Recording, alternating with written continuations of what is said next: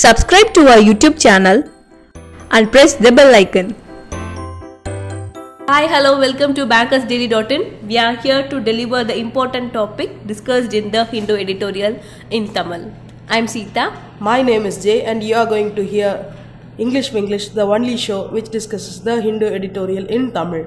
Today's topic of discussion is prudent increase on RBI's rate hike.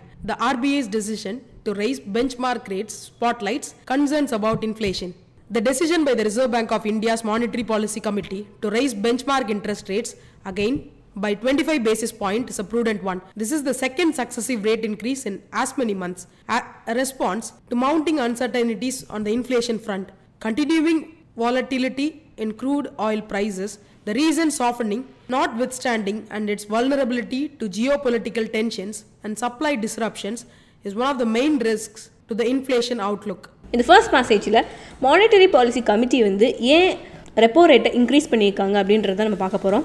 So 25 basis point வந்து increase பண்ணியிருக்காங்க. அதோட reason வந்து inflation வந்து கட்டுக்கடங்காமல் அது இன்க்ரீஸ் ஆகிட்டு போயிட்டே இருக்குது. அதை ஒரு ரீசனாக வச்சு தான் வந்து 25 பேசிஸ் பாயிண்ட் இன்க்ரீஸ் பண்ணி 6.5% மாற்றிருக்காங்க. அடுத்தடுத்து இந்த இன்க்ரீஸோட ரீசன்ஸ் வந்து இன்ஃப்ளேஷன் தான் அப்படின்றத அந்த நெக்ஸ்ட் லைனில் மறுபடியும் கொடுத்துருக்காங்க. அந்த லாஸ்ட் லைனில் சில ரிஸ்க்கெல்லாம் வந்து லிஸ்ட் அவுட் பண்ணியிருக்காங்க. க்ரூட் ஆயில் ப்ரைஸஸ் வந்து இன்க்ரீஸ் ஆகிட்டு இருக்கு.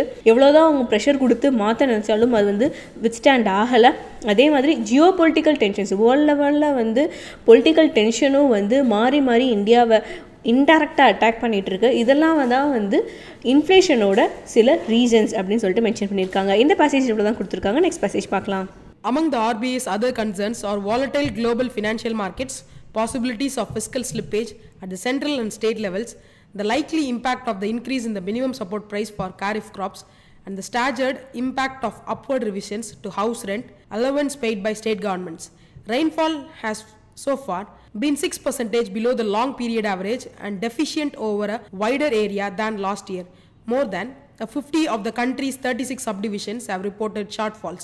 This has resulted in a drop in the total zone area under kharif. இந்த செகண்ட் பேசேஜில் ஆர்பிஐயோட கன்சர்ன்ஸ் என்னென்ன இருக்குன்றதை லிஸ்ட் அவுட் பண்ணியிருக்காங்க. இதில் மோஸ்ட்லி வந்து அவங்க ரெயின்ஃபாலையும் அக்ரிகல்ச்சர் பற்றியும் தான் சொல்லியிருக்காங்க. ஃபர்ஸ்ட் ஒன் வந்து குளோபல் ஃபினான்ஷியல் மார்க்கெட்ஸ், அது வந்து ஏற்ற இறக்கத்தோட மாறி மாறி போய்கிட்டு இருக்கு. அதான் வாலடைல் சொல்லிட்டு மென்ஷன் பண்ணியிருக்காங்க. சென்ட்ரல் லெவல்லையும் ஸ்டேட் லெவல்லையும் கூட ஃபினான்ஷியலாக நிறைய கஷ்டமும் வந்துட்டுருக்கு, ஸ்லிப்பேஜ் இருக்குது அப்படின்றத கொடுத்துருக்காங்க. அந்த அடுத்து அக்ரிகல்ச்சர் பற்றி சொல்கிறாங்க. Minimum support price for kharif crops அதுவும் வந்து ஒரு இன்க்ரீஸ் ஆகிருக்கு. அது ஒரு இம்பேக்டாக லிஸ்ட் பண்ணியிருக்காங்க. அதே மாதிரி ஸ்டேட் கவர்மெண்ட் வந்து ஹவுஸ் ரெண்ட்டுக்கு அலவன்ஸ் கொடுக்கறதா சொல்லியிருக்காங்க. இதெல்லாம் வந்து ரொம்ப பாதிப்படையுது அப்படின்றத இந்த இடத்துல மென்ஷன் பண்ணியிருக்காங்க. அதுக்கடுத்து பார்த்திங்கன்னா ரெயின்ஃபால் பற்றி கொடுத்துருக்காங்க. லாஸ்ட் இயரை விட இந்த வருஷம் வந்து டெஃபிஷியண்ட்டில் தான் வந்து ரெயின்ஃபால் போய்கிட்டு இருக்கு. அதோட லாங் பீரியட் ஆவரேஜ் பார்த்திங்கன்னா 6% பிலோ தான் இருக்குன்றதை கொடுத்துருக்காங்க.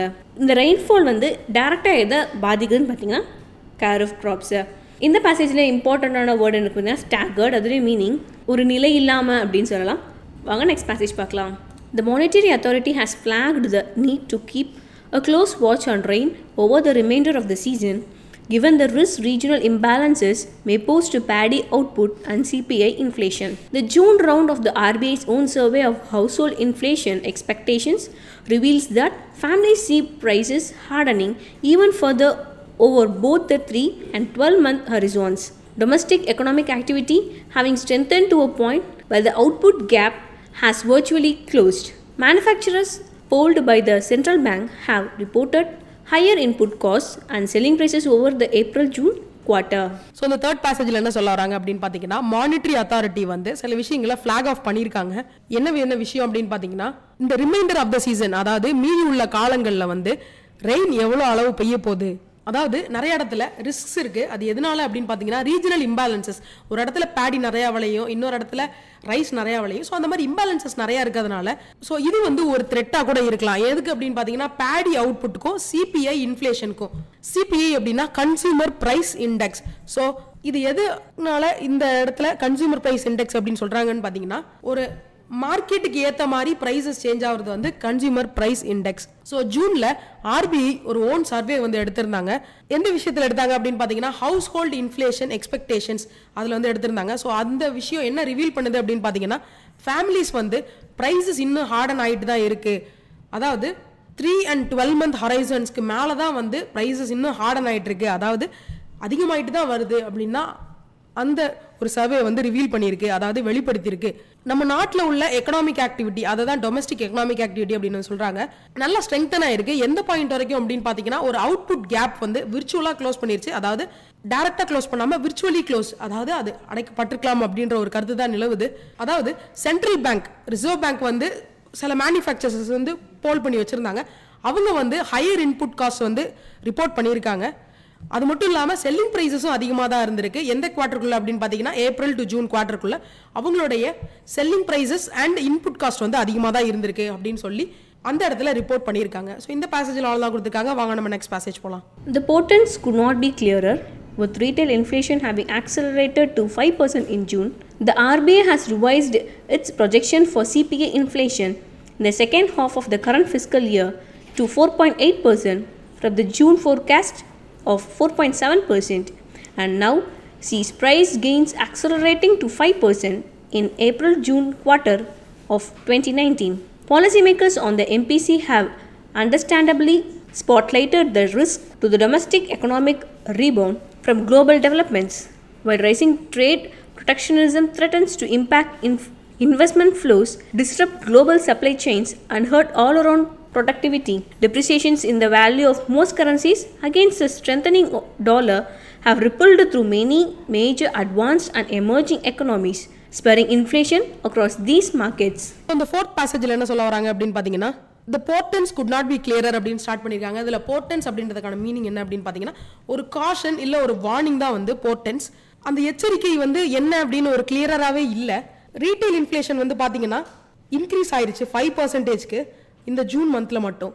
ஆர்பிஐ வந்து சிபிஐயோட இன்ஃப்ளேஷன், அதாவது கன்சியூமர் பிரைஸ் இண்டெக்ஸோடைய இன்ஃப்ளேஷன் வந்து ரிவைஸ் பண்ணியிருக்காங்க.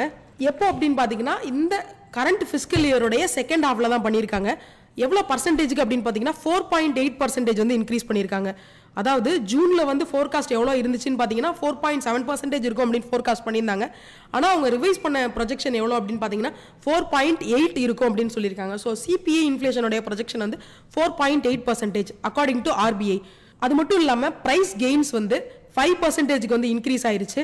April to June quarter of 2019 இருக்கும் அப்படின்னு வந்து ப்ரொஜெக்ட் பண்ணியிருக்காங்க. அதாவது மானிட்டரி பாலிசி கமிட்டியோடைய பாலிசி மேக்கர்ஸ் வந்து ஒரு விஷயத்தை ஸ்பாட்லைட் பண்ணியிருக்காங்க. என்ன அப்படின்னு பார்த்தீங்கன்னா டொமஸ்டிக் எக்கானமியோடைய ரீபவுண்டோடைய ரிஸ்க்ஸாக வந்து சொல்லியிருக்காங்க. அதாவது குளோபல் டெவலப்மெண்ட்டுக்கு ஈக்குவலண்டான ஒரு டொமஸ்டிக் எக்கனாமிக் ரீபவுண்ட், அதாவது இப்போ இருக்கிற கம்மியான எக்கனாமிக் வந்து அதிகமாக கொண்டு போகுமா அப்படின்றதுக்கான ரிஸ்க்ஸ் தான் வந்து அந்த இடத்துல ஸ்பாட்லைட் பண்ணியிருக்காங்க அப்படின்னு சொல்றாங்க. அது மட்டும் இல்லாமல் ட்ரேட் ப்ரொடெக்ஷனிசம் அதை வந்து ரைஸ் பண்ணணும். அப்படி ரைஸ் பண்ணால் அது வந்து ஒரு விஷயத்தை த்ரெட்டன் பண்ணுது. என்ன அப்படின்னு பார்த்தீங்கன்னா இப்போ இருக்கக்கூடிய இன்வெஸ்ட்மெண்ட் ஃப்ளோ, இப்போ நிறைய இன்வெஸ்ட்மெண்ட்ஸ் வந்துட்டு இருக்கு, இதுக்கு வந்து ஒரு தடைக்கல்லாம் இருக்கும். அது மட்டும் இல்லாமல் குளோபல் சப்ளை செயின் அதை வந்து டோட்டலாக டிஸ்டர்ப் பண்ணிடும். அது மட்டும் இல்லாமல் ஆல்ரவுண்ட் ப்ரொடக்டிவிட்டி, எல்லா இதுக்கும் வரக்கூடிய அந்த ப்ரொடக்டிவிட்டி ரேஷியோ வந்து கம்மியாயிரும். அதை வந்து இது ஹர்ட் பண்ணும், அதாவது பாதிக்கும் அப்படின்னு தான் வந்து இந்த இதில் சொல்கிறாங்க. டிப்ரிசியேஷன்ஸோ இந்த value of most currencies, dollar வந்து ஸ்ட்ரெங்தன் ஆகிக்கிட்டே போகுது, மற்ற கரன்சிஸ் வந்து அவங்களுடைய டிப்ரிசியேஷன் வேல்யூ வந்து கம்மியாகிட்டே வருது சொல்கிறாங்க. அது மட்டும் இல்லாமல் அது என்ன சொல்கிறாங்க அப்படின்னு பார்த்தீங்கன்னா ரிப்பிள்ட் அப்படின்னு சொல்கிறாங்க. ரிப்பிள்ட் அப்படின்னா ஒரு சிற்றலையாக்கப்படுகிறது, அதாவது ஒரு பிரேக்கர், ஒரு ப்ளோ வந்து ரிப்பிள், அந்த சென்டர் இடத்துல இருந்து அது அப்படியே பரவி போயிட்டு அதோடைய ஃபோர்ஸை மற்ற இடத்துக்கு கொடுக்குது, அதான் ripple. So major advanced and emerging எக்கனாமிஸ்க்கும் வந்து இந்த ஸ்ட்ரெங்தனிங் ஆஃப் டாலர் வந்து இன்னும் பாதிப்பை கொடுக்குது அப்படின்னு தான் சொல்கிறாங்க. And spurring inflation across these market அப்படின்னு சொல்கிறாங்க. இதில் ஸ்பர்ரிங் அப்படின்றதுக்கான மீனிங் என்ன அப்படின்னு பார்த்தீங்கன்னா ஊக்கப்படுத்துறது, டிரைவிங், அரௌசிங் வந்து ஸ்பர்ரிங், அதாவது மேல் எழும்புறது வந்து ஸ்பர்ரிங். இன்க்ரீஸ் பண்ணுது இன்ஃப்ளேஷனை, அதாவது மார்க்கெட் மத்தியில் இருக்க இன்ஃப்ளேஷனை வந்து இது வந்து இன்க்ரீஸ் பண்ணுது, இதை தூக்கி விடுது அப்படின்னு தான் இந்த பேசேஜில் சொல்லியிருக்காங்க. ஸோ இந்த பேசேஜில் இம்பார்ட்டன்ட் வேர்ட்ஸ் என்ன அப்படின்னு பார்த்தீங்கன்னா போர்டன்ஸ். போர்டன்ஸோட மீனிங் ஒரு வார்னிங் இல்லை ஒரு காஷனரி சைன் வந்து போர்டன்ஸ். நெக்ஸ்ட் வேர்ட் வந்து ஸ்பர்ரிங், இதோடைய மீனிங் டிரைவிங் ஆர் அரௌசிங் சம்திங், ஊக்கப்படுத்துறது வந்து ஸ்பர்ரிங். இந்த பேசேஜில் அவ்வளோதான் கொடுத்துருக்காங்க. வாங்க நம்ம நெக்ஸ்ட் பேசேஜ் போகலாம். The MPC's primary remit is to ensure that retail inflation stays firmly within a band of 2 to 6% and preferably anchored at 4% over the medium term. So there is no room to quibble over the committee's majority decision to raise borrowing costs while retaining a neutral policy stance. With inflation widely accepted as a hidden tax on the poor, the containment of price gains justifiably ought to be the raison d'etre of monetary policy. இந்த last பேசேஜில் என்ன சொல்றாங்க அப்படின்னு பார்த்தீங்கன்னா monetary பாலிசியோடைய primary limit, அதாவது உங்களுடைய primary வேலை என்ன அப்படின்னு பார்த்தீங்கன்னா ரீட்டைல் இன்ஃப்ளேஷன் வந்து ஒரு பேண்டுக்குள்ள தான் இருக்கணும். அது எந்த பர்சன்டேஜ்குள்ள அப்படின்னு பார்த்தீங்கன்னா 2 to 6% மட்டும்தான் இருக்கணும். அதை இன்ஷூர் பண்ண வேண்டியதுதான் வந்து அவங்களுடைய ஒர்க். அது மட்டும் இல்லாமல் அந்த மீடியம் டேர்முக்கு வந்து அந்த ரீட்டைல் இன்ஃப்ளேஷன் வந்து 4%க்கு ஆங்கர் பண்ணப்படணும் அப்படின்றது தான் அவங்கள என்ஷூர் பண்ண வேண்டிய ஒரு ஒர்க் அப்படின்னு சொல்றாங்க. ஸோ இந்த இடத்துல அதை எதிர்க்கவோ அல்ல அதை அப்ஜெக்ட் பண்ணவோ இல்லை கிரிட்டிசைஸ் பண்ணவோ, ஸோ அதை தான் வந்து குவிபிள் அப்படின்னு கொடுத்துருக்காங்க. குவிபிள் அப்படின்னா அ ஸ்லைட் அப்ஜெக்ஷன் ஆர் கிரிட்டிசிசம், அதான் வந்து ஒரு விஷயத்தை எதிர்க்கிறது வந்து குவிபிள். ஸோ இந்த இடத்துல ஒரு ரூமே கிடையாது, அதாவது அவங்களை எதிர்க்கவோ அவங்களை கிரிட்டிசைஸ் பண்ணவோ எந்த ஒரு விஷயமே இந்த இடத்துல இல்லை. ஸோ கமிட்டி இப்போ என்ன டிசைட் பண்ணியிருக்காங்க அப்படின்னு பார்த்தீங்கன்னா பாரோவிங் காஸ்ட்டை வந்து அதிகப்படுத்தணும், அது மட்டும் இல்லாமல் ஒரு நியூட்ரல் பாலிசியை வந்து ரீட்டைன் பண்ணி எடுக்கணும் அப்படின்னு சொல்லியிருக்காங்க. ஸோ இப்போ இன்ஃப்ளேஷனை வந்து எப்படி அக்செப்ட் பண்ணுறாங்க அப்படின்னு பார்த்தீங்கன்னா புவர் மேலே இருக்கக்கூடிய ஒரு ஹிடன் டேக்ஸ், அதாவது ஒரு மறைமுக வரி அப்படின்னு தான் வந்து சொல்கிறாங்க. இப்போ ப்ரைஸை வந்து ஒரு கையடக்க அளவில் வந்து கொண்டு வராங்க. ஸோ இதோடைய கெயின் எப்படி இருக்கும் அப்படின்னு பார்த்தீங்கன்னா raison d'etre of monetary policy அப்படின்னு சொல்லியிருக்காங்க. இது ஒரு important reason or purpose for someone or something existence அப்படின்னு தான் சொல்கிறாங்க. ஸோ அதான் ரைசன் டீட்ரி அப்படின்றதுக்கான மீனிங். ஸோ அது ஒரு இம்பார்ட்டண்டான ரீசன், அதுதான் இந்த மானிட்டரி பாலிசி வந்து கொண்டு வந்திருக்கு அப்படின்னா இந்த பேசேஜில் சொல்லி முடிக்கிறாங்க. இந்த பேசேஜில் இம்பார்ட்டன்ட் வேர்ட் என்ன அப்படின்னு பார்த்தீங்கன்னா குவிபிள். குவிபிளோட meaning a slight objection or criticism is called quibble. இன்றைக்கி நம்ம பார்க்க போகிற இம்பார்ட்டன்ட் வேர்ட்ஸில் first word staggered, meaning walk or move unsteadily as if about to fall, astonish or deeply shock. Tamil meaning எதிரெதிரே. Synonyms Karen, falter. Antonyms carry on, continue. Example sentence, he staggered to his feet, swaying a little. I was staggered to find it was 6 o'clock. And the next word, portents, meaning a sign or warning that a momentous or calamitous event is likely to happen. Tamil meaning urbadangal. Synonyms harbinger. Antonyms doom.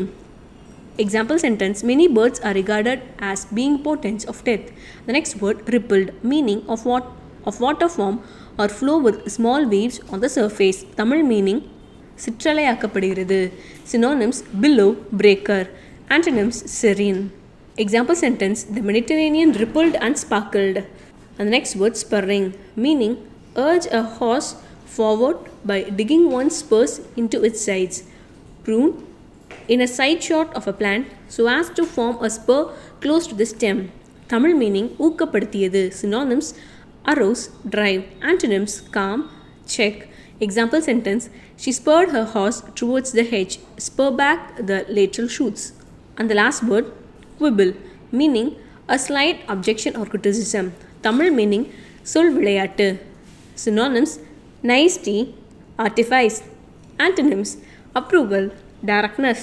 Example sentence, the only quibble about this book is a price. இந்த English அதோட முடிஞ்சிச்சு. இந்த editorial explanation உங்களுக்கு satisfied ஆச்சுன்னா கண்டிப்பாக like பண்ணுங்கள், share பண்ணுங்கள் and also comment பண்ணுங்கள். நம்ம யூடியூப் சேனலை சப்ஸ்கிரைப் பண்ணி வச்சுக்கோங்க. Bye guys, meet you tomorrow.